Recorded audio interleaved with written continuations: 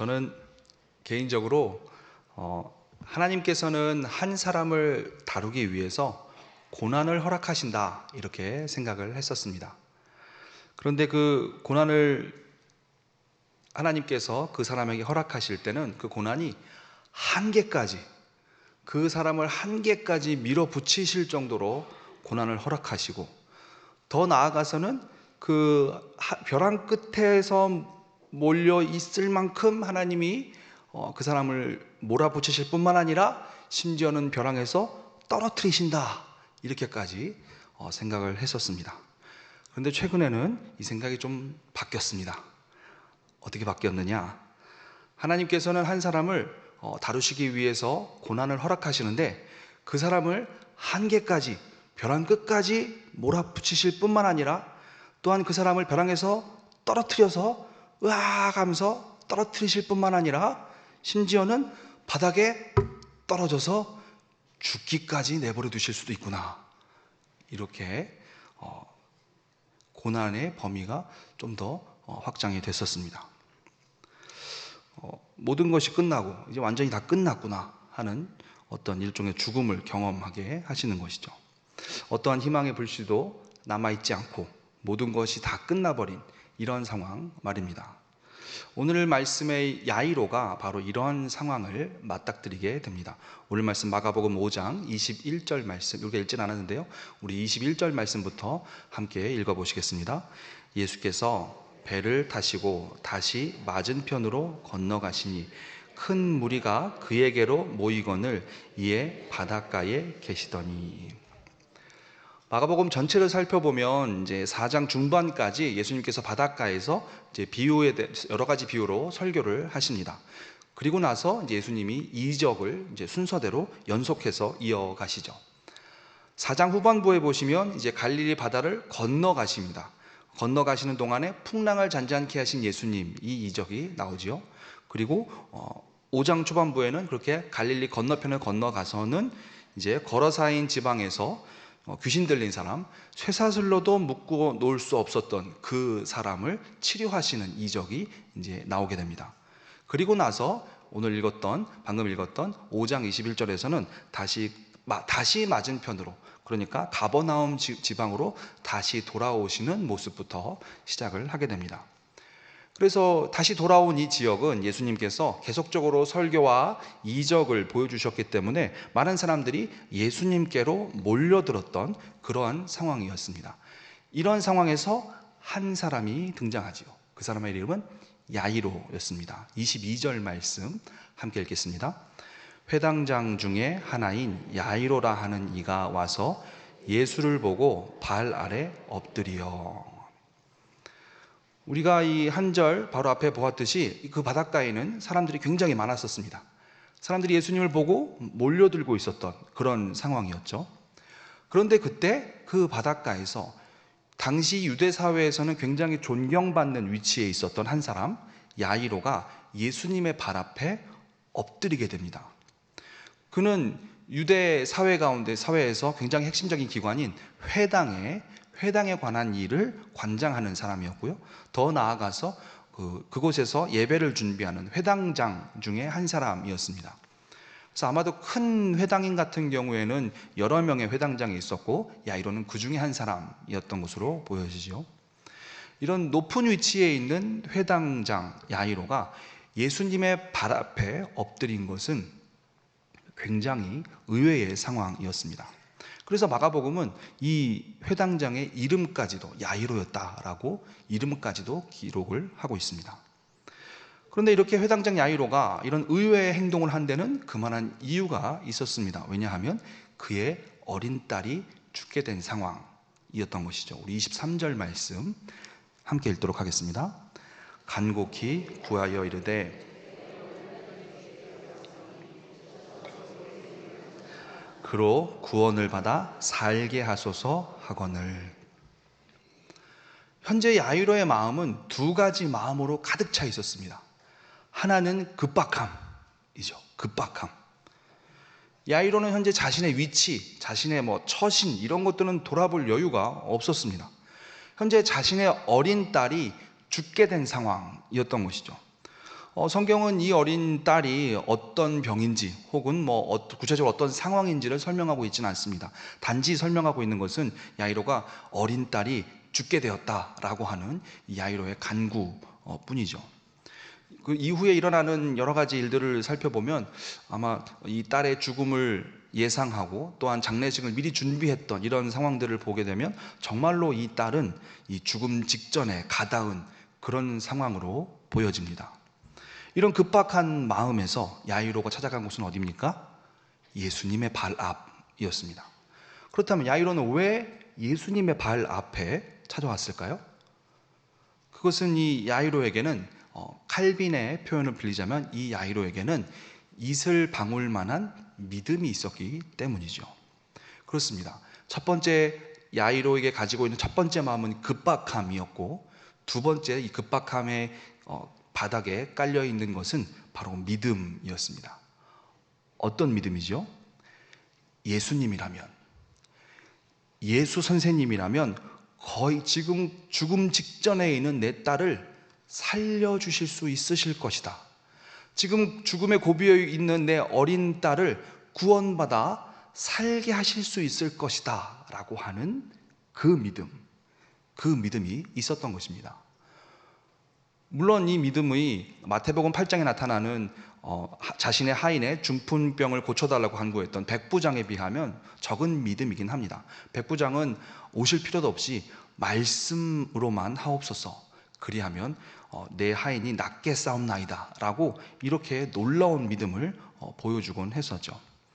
하지만 이 야이로가 가지고 있었던 믿음도 적은 믿음이지만 진실된 참된 믿음이었습니다.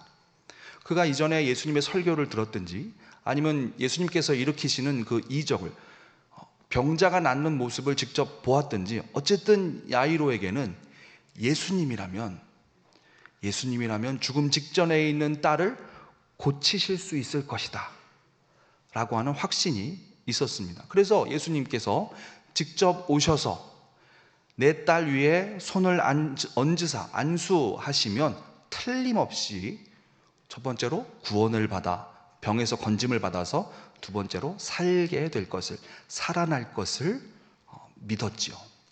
야이로에게는 바로 이런 믿음이 있었습니다. 그래서 야이로는 자신의 모든 상황을 다 제쳐두고 예수님께로 나아가서 간구했던 것이죠. 이러한 간구 앞에서 예수님은 야이로와 함께 가십니다. 그러자 큰 무리도 예수님을 따라서 이동하는 모습을 볼 수가 있죠. 우리 24절 말씀 함께 읽겠습니다. 이에 그와 함께 가실새 큰 무리가 따라가며 애워싸 밀더라. 아멘. 성경에는 기록되어 있지 않지만 아마도 야이로의 마음을 추측해 보자면 천불이 나지 않을까, 그런 마음이지 않았을까 싶습니다. 빨리 가야 되는데, 지금 자신의 딸이 죽어가고 있는데, 마지막으로 봤을 때 분명히 죽음의 문턱 가운데 있는데, 그런데 사람은 너무 많고 막 애워싸서 밀고 비켜주지는 않고, 심지어 가는 동안에 어떤 사람이 자기 옷자락을 만졌다고 예수님은 그 자리에 멈춰서서 막 사람을 찾으시고, 또 그 여인이 발견되자 그 여인과는 대화를 시작하시면서 그 여인의 사연을 다 들으시고 또한 환하게 웃으시면서 그 여인에게 평안을 말씀하시는 이런 모습을 봤을 때 야이로의 마음은 굉장히 더 급박한 마음이 더 급해지고 속에서 천불이 나는 그런 상황이 아니었을까 싶습니다. 이렇게 1분 1초를 다투는 그런 긴박한 상황에서 야이로는 발을 동동 구르다 못해 분통이 터졌을 것이죠. 이렇게 생각했을 겁니다. 빨리 가셔야 되는데, 예수님 빨리 가셔야 되는데, 너무 늦기 전에 내 딸에게 안수하셔야 되는데, 근데 왜 이것저것 다 돌아보고 계시지? 내 딸보다 이 사람들이 더 중요한가? 성경에는 기록되어 있지 않지만 아마 이런 애타는 마음은 충분히 추측해 볼 수 있을 것입니다. 이런 애가 타는 마음을 가진 야이로에게 자신의 집에서 온 사람들이 나타납니다. 아마도 그들의 표정은 어두운 표정이었겠죠. 혹은 슬픔에 잠긴, 혹은 울먹이는 이런 표정을 한 무리들이 자신에게 다가오는 것을 야이로는 보았을 것입니다. 그리고 그들은 야이로에게 절망적인 소식을 전해주죠. 우리 35절 말씀, 마가복음 5장 35절 말씀 함께 읽겠습니다. 아직 예수께서 말씀하실 때에 회당장의 집에서 사람들이 와서 회당장에게 이르되 당신의 딸이 죽었나이다. 어찌하여 선생을 더 괴롭게 하나이까? 35절에 보면 아직 예수께서 말씀하실 때에 라고 기록하고 있습니다. 그러니까 아직 그 혈루병을 알았던 그 여인과 대화하고 있었을 때였죠. 그때 회당장의 집에서 사람들이 다가옵니다. 아마도 친구들이나 혹은 친척들이었겠죠. 야이로에게 다가옵니다. 그리고 소식을 전하죠. 당신의 딸이 죽었습니다. 어쩌면 마음속으로 혹은 조금 예수님께 좀 티를 내면서 예수님 빨리 가셔야 됩니다 라고 독촉하고 있던 이 야이로에게 소식을 전하러 온 사람이 이야기를 합니다. 당신의 딸이 이미 죽었습니다. 어찌하여 선생을 더 괴롭게 하나이까? 그들의 말은 이런 뜻이죠. 어찌하여 당신은 선생님을 귀찮게 하시는 겁니까? 이제 모든 것이 다 끝났습니다. 당신의 딸은 이미 죽었고 이미 장례식은 시작했습니다. 여기서 이럴 것이 아니라 빨리 선생님을 이제 보내드리고 이제는 집으로 돌아가서 장례식을 시작해야 합니다. 자신의 집에서 딸의 죽음이라는 소식을 가지고 온 이 사람들은 자신에게 이제 포기할 때다라고는 냉정한 사실을 알려주지요. 더 이상 예수 선생님을 번거롭게 하지 말고 이제는 놓아주라 라고 말하고 있는 것입니다. 이 장면에서 야이로의 표정이 어떠했는지, 야이로가 어떤 탄식의 말을 했는지, 혹은 야이로의 마음이 어떠했는지에 대한 구체적인 설명은 없습니다. 대신 이 모든 상황을, 이 모든 말씀을 듣고 계셨던 예수님이 야이로에게 한마디 말을 건네시죠. 36절 말씀 함께 읽겠습니다. 예수께서 그 하는 말을 곁에서 들으시고 회당장에게 이르시되 두려워하지 말고 믿기만 하라 하시고. 사실 오늘 이 36절이 오늘 설교에서 가장 중요한 부분입니다.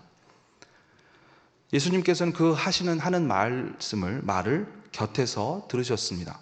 근데 여기서 이 들으시다라고 하는 이 단어는 그저 지나가는 길에 우연히 들었다 이 정도의 뉘앙스를 갖고 있지는 않습니다.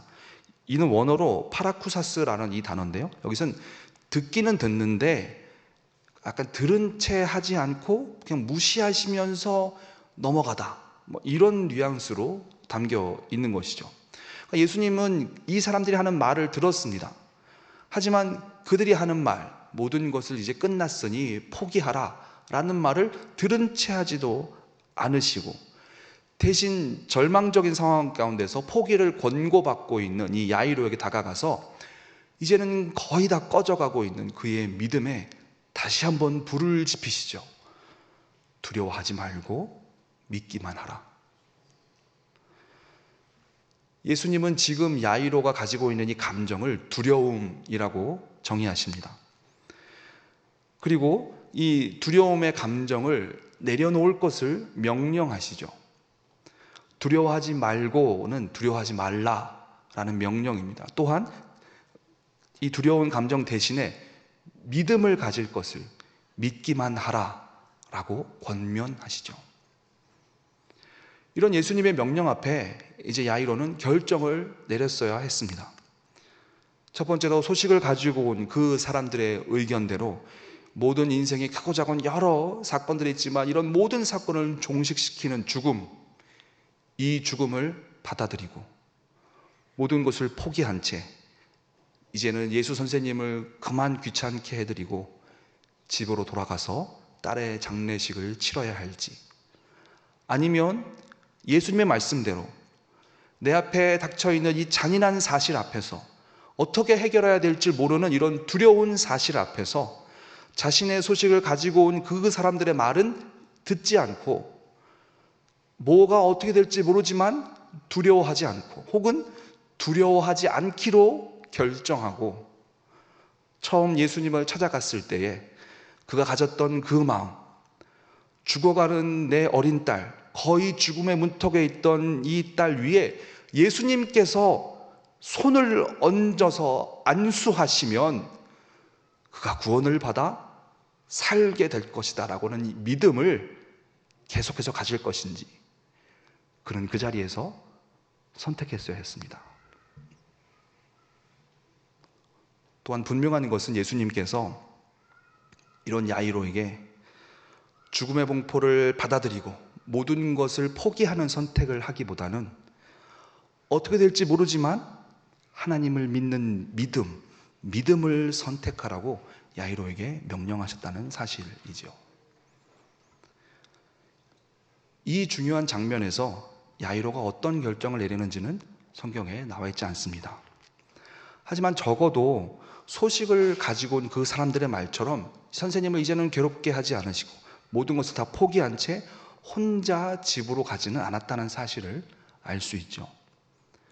그래서 야이로가 굳건한 신앙을 다시 회복해서 주도적으로 예수님을 모시고 자신의 집으로 갔는지, 아니면 어쩔 줄 모르는 야이로 앞에서 예수님께서 주도적으로 집으로 그들을 끌고 가셨는지, 어쩌됐는지는 모르지만 어쨌든 예수님과 소수의 제자들만이 야이로의 집으로 가게 됩니다. 37절, 38절 말씀 함께 읽겠습니다.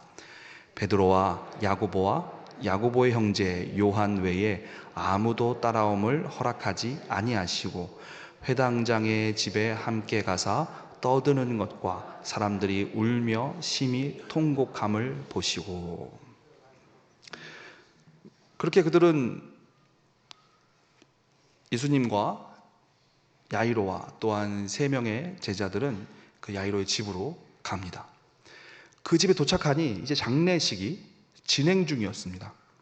당시 장례식은 피리를 부는, 장례식 때 연주하는 악기죠. 피리 연주자 2명과 손으로 타악기를 두드리면서 장례 음악을 이끄는 여인 1명으로 포함된 소위 애곡하는 사람들, 여기 성경에서는 떠드는 사람들이 고용되곤 했습니다. 이런 3명이 최소한의 단위니까 이제 그 당시 유대 사회에서 일정한 위치에 있는 야이로 같은 경우는 더 큰 규모의 떠드는 사람들, 애곡하는 사람들이 고용이 됐었겠죠. 그들은 장례식장에서 떠들썩하게 울고 슬퍼하고 통곡하고 신음하고 슬퍼했습니다. 하지만 정말로 슬퍼서, 아니면 정말 가까우니까 죽어서 이런 행동을 하기보다는 그들의 직업이 그러했기에, 돈을 받고 그런 일을 했기에 울며 심히 통곡하는 어떤 일종의 소란스러움이 그 집에 있었죠. 그들은 이미 이 소녀의 죽음을 받아들이고 이 아이는 살아날 어떠한 희망도 없음을 전제하고 장례식을 진행하고 있었던 것입니다. 그런데 예수님께서는 그런 장례식이 진행되는 그 가운데서 하나님의 발언, 신적인 발언을 그 가운데서 하십니다. 39절 말씀 함께 읽겠습니다.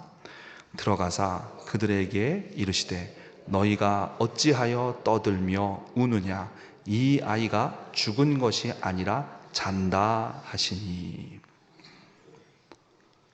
장례식이 진행되는 그 집에 들어가셔서 장례 절차가 소란스럽게 요란스럽게 진행되고 있는 그 가운데서 예수님은 말씀하십니다. 너희가 어찌하여 떠들며 우느냐, 이 아이가 죽은 것이 아니라 잔다.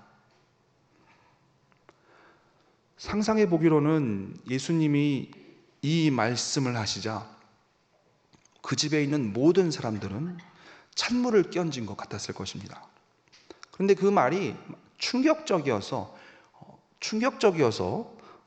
이런 조용한 분위기가 된 것이 아니라 비웃음이 그 집 여기저기에 퍼졌겠죠.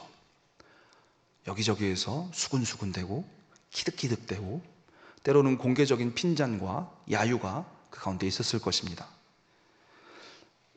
그들은 정말로 그 소녀의 죽음이 슬픈 그런 슬퍼하는 사람이 아니라 전문 애국군이었기 때문에 이런 말도 안 되는 한 랍비의 발언에 그 발언에 그 랍비를 비웃을 만한 여유가 있었던 사람들이었죠. 또한 누가복음 8장 53절을 보면 그들은 이미 이 소녀가 죽었다는 사실을 확실히 알고 있었습니다. 또한 누가복음 8장 55절에 보면 이 소녀는 자신의 몸에서 영이 떠났다는 것이 확실했었죠. 즉 이 땅에서 죽은 것이 확실했었습니다.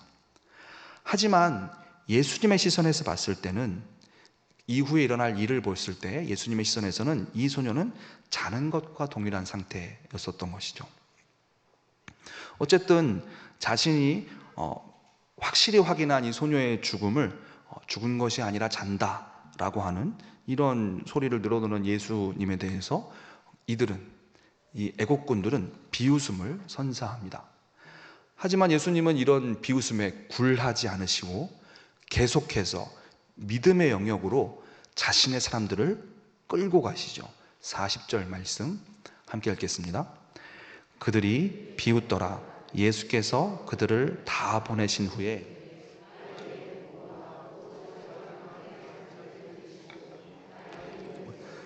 들어가사. 아멘. 예수님은 그렇게 비웃는 사람들을 밖으로 다 보내셨습니다. 그리고 야이로의 아내, 그리고 세 제자 베드로, 야고보, 요한만 데리시고 아이가 있는 장소로 들어가시죠. 이 장소는 어떤 장소입니까? 이 아이가 있는 장소는 어떤 장소입니까? 절망의 실체가 있는 장소입니다. 야이로가 그토록 두려워하던 딸의 죽음을 직면해야 하는 장소이지요. 이미 모든 것이 다 끝나버린, 싸늘하게 식어버린 시체가 남아있는 죽음의 장소였던 것입니다. 그런데 바로 이 장소에 예수님께서 들어가십니다. 자신의 사람들을 이끌고 그 장소로 들어가시죠. 야이로의 절망과 포기의 장소에 예수님께서 들어가신 것입니다. 그리고 야이로가 믿음을 갖고 요청드렸던 그 행동, 아이 위에 손을 얹으심, 이것을 그 장소에서 행하십니다. 그리고 야이로의 믿음에 마지막까지 포기하지 않고 어쨌든 간에 두려움을 이겨내고 믿음을 간직했던 이 야이로의 믿음에 예수님께서는 응답하시죠. 41절부터 43절까지 말씀 함께 읽겠습니다. 그 아이의 손을 잡고 이르시되 달리다굼 하시니 번역하면 곧 내가 네게 말하노니 소녀야 일어나라 하심이라. 소녀가 곧 일어나서 걸으니 나이가 12살이라. 사람들이 곧 크게 놀라거늘 예수께서 이 일을 아무도 알지 못하게 하라고 그들을 많이 경계하시고 이에 소녀에게 먹을 것을 주라 하시니라. 아멘. 예수님은 야이로 요청대로 하셨습니다. 야이로가 믿음을 가지고 예수님께 간구한 대로 그대로 행동하십니다. 예수님은 이 야이로의 딸, 그 아이의 손을 잡으십니다. 그 아이에게 손을 얹으셨습니다. 그리고 싸늘하게 식은 육체를 가진 그 아이에게 예수님께서는 말씀하시죠. 소녀야, 일어나라. 야이로에겐 절망의 원인이 되는 그 죽음의 상태에게 예수님께서는 말씀하십니다. 소녀야, 일어나라. 주변의 모든 사람이 포기할 것을 종용하고 이 실패한 상황이 너무나 두려웠던 이런 상황에 대해서, 이런 실패한 절망적인 상황에 대해서 예수님께서는 직접 말씀하십니다. 소녀야, 일어나라. 이렇게 하늘과 땅의 주인이신 전능하신 하나님, 온 천지 만물을 지으시고 주장하시는 하나님의 아들의 명령을 받은 이 소녀는 살아서 일어나 걷기 시작합니다. 심지어 음식도 먹을 수 있을 정도로 활발하게 살아나죠. 그리고 방금 전까지 예수님을 비웃었던 모든 사람들이 다 크게 놀라고 놀랐다, 이렇게 기록하고 있습니다. 자, 말씀을 정리하겠습니다. 주께서 사랑하시는 계산의 성도 여러분, 예수님은 지금도 우리에게 동일하게 말씀하십니다. 우리 인생에서 만나는 그 잔인한 종착지, 그 종착지에서 예수님은 우리에게 말씀하십니다. 두려워하지 말고 믿기만 하라. 모든 사람들이 비웃고 떠드는 가운데서 예수님은 지금도 우리에게 동일하게 말씀하십니다. 두려워하지 말고 믿기만 하라. 죽은 것이 아니라 잔다. 세상의 모든 강력한 능력이 와도 해결하지 못할 것 같은 이미 지나가 버린 실패에 대해서 예수님은 동일하게 말씀하십니다. 소녀야, 일어나라. 여러분은 이렇게 동일하게 말씀하시는 예수님 말씀 앞에서 무엇을 선택하시겠습니까? 포기할 것을 강요받는 이 냉정한 현실 앞에서, 모든 것이 끝났다고 비웃는 상황 앞에서 정말로 그러하다고 모든 것을 포기하고 체념하시겠습니까?